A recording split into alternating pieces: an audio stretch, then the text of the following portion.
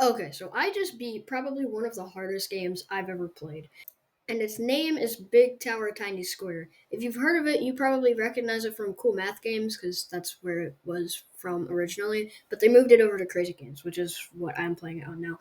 Anyway, it's like this sort of platformer game that's really hard. It's kind of like a rage game, but basically you try and climb your way all the way up to the top to save your pineapple friend, and then you end up having to climb all the way back down to yeah. It's a weird game.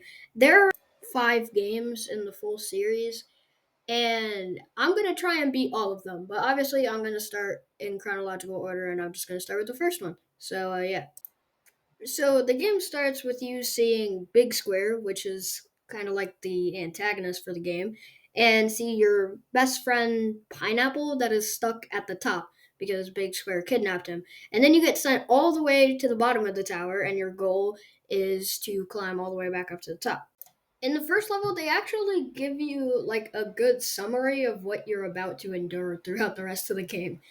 So they give you like pretty simple platforming, and they give you these like turret things that shoot these little pink dots at you, and yeah, so that's the first level.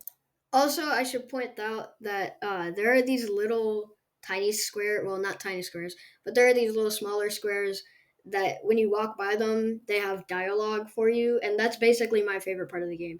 I'm gonna be honest, if the game didn't have these, it would just not be fun to play. But they give you these little dialogue pieces that sometimes tell you how to play the game, other times just give you backstory, and other times they tell you jokes and stuff. And yeah, W.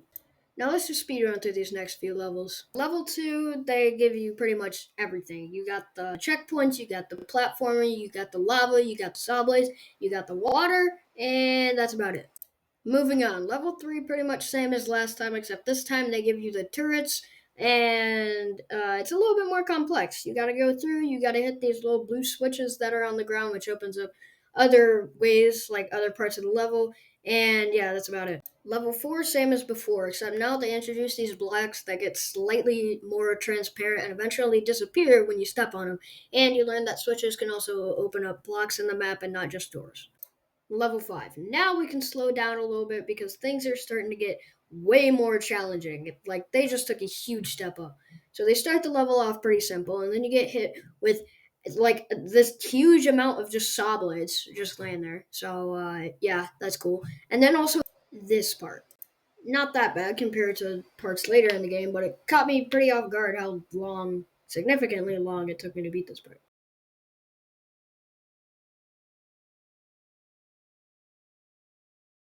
Level 6, really not much going on here. Pretty much just a filler episode level part of the game.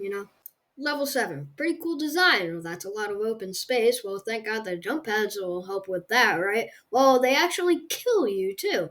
Level 8, big water. This part actually took me a bit.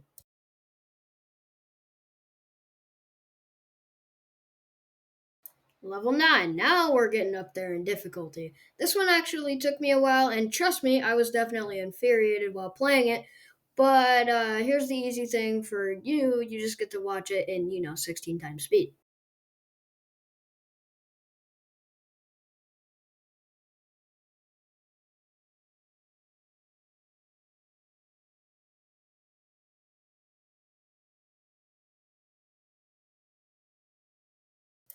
Level 10. Nothing too serious, except there's this one part that's really, really, and I mean really tedious to try and get past. And then there's also this part.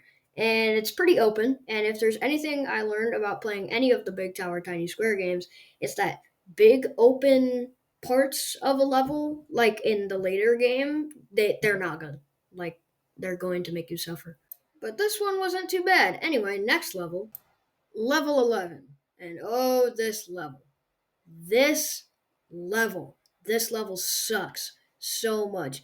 It isn't necessarily that hard, but it's so tedious that if you mess up like once, obviously you get sent back to the last checkpoint, and it just takes so long. I don't know. There's something about it that just makes it so hard. If I were to take a wild guess, it's the copious amount of turrets that Evil Objective decided to put into this level. Because like, holy crap, they're using like the best turrets out there because the bullets don't even travel that fast, but for some reason they have they can see into the future. Like they know where you're going to go before they even but like before you're even there. It's just straight up unfair. This part of the level is particularly hard because you have to carefully climb down a wall, all while avoiding saw blades that are mounted onto the wall that you are climbing on, all while trying to avoid these heat seeking bullets coming out of the turret. This part of the level is particularly hard as well because you have to do a little alternating wall jump thing with so many saw blades that are specifically placed on the walls to make you want to rage quit and pull your hair out because oh my god, why is there a saw blade right there where I'm supposed to jump? Why is there a saw blade right there where I'm supposed to jump? And why is there a saw blade right next to the checkpoint? Like no, why are you doing this? And then finally, you get to the checkpoint. You're like, ah, yes, I can rest. The rest of the level shouldn't be that hard, right? And then, well, remember those little blocks from earlier in the game that would slowly disappear when you stepped on them? Well, now, just like literally everything else in this game, it's being used against you. In this next part, literally right after, you can use these three little jump pad things to get up to the top. And wait, don't stop on the last one, otherwise it'll launch you straight up in the saw blades. Then you have to start all the way back down at not a bad checkpoint. The only problem with this first little section of this section is that there's a turret right there. So even if you can manage to get to the last saw blade or to get to the last jump pad without getting hit by a saw blade, there's a turret there waiting for you to mess up one little dodge and then get absolutely obliterated. And then after that, you land on this spot where those little disappearing blocks are. And this time, it feels like it takes 9 years for one of these blocks to disappear. And you have to get rid of all of them to get back to the bottom. Not to mention, there are saw blades within these blocks, but there are also three turrets. Like, three turrets? Are you serious? One turret is already crazy enough. You have to have three turrets where I have like nowhere to dodge from and I have to slowly tunnel my way back down. I'm sorry for crashing out that much, but like holy crap, this part was so annoying.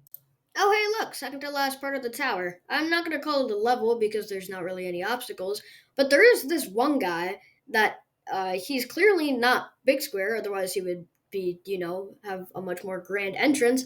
But the game never explains to us who this guy is. I don't know, maybe he's like a mini boss or something. Anyway, we drop this guy into lava, and then we finally make it up to the final tower and this is where it all ends.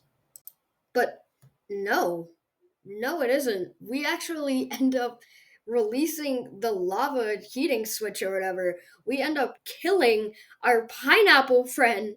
And now, to get revenge on Big Square, we have to go all the way back down to the tower to release the bridge switch, and that will drop him in lava. And on the way, all the way back down the tower, we have to think about our sadly just passed away pineapple friend. On the way down, it's the same thing as going all the way up, except way harder. They make pretty much all the obstacles like 10 times harder. Like it's way harder going down. I'm gonna be honest. Obviously, it was designed like that, but anyway, I don't think you guys want me to re explain every single level, so I'm just going to speed it up by 16 times. And yeah, I'll see you at the end.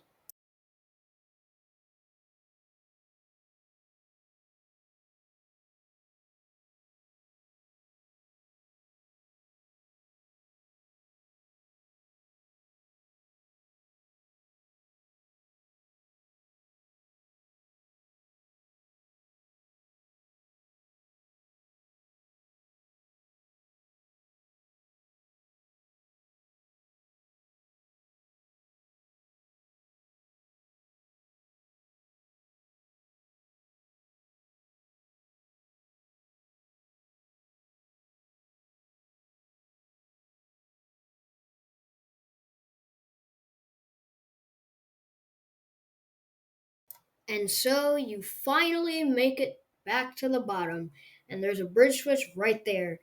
You step on it, and it opens up the layer right underneath Big Tower or Big Square all the way up at the very top, and it drops him into the lava. Except there is one thing wrong with that.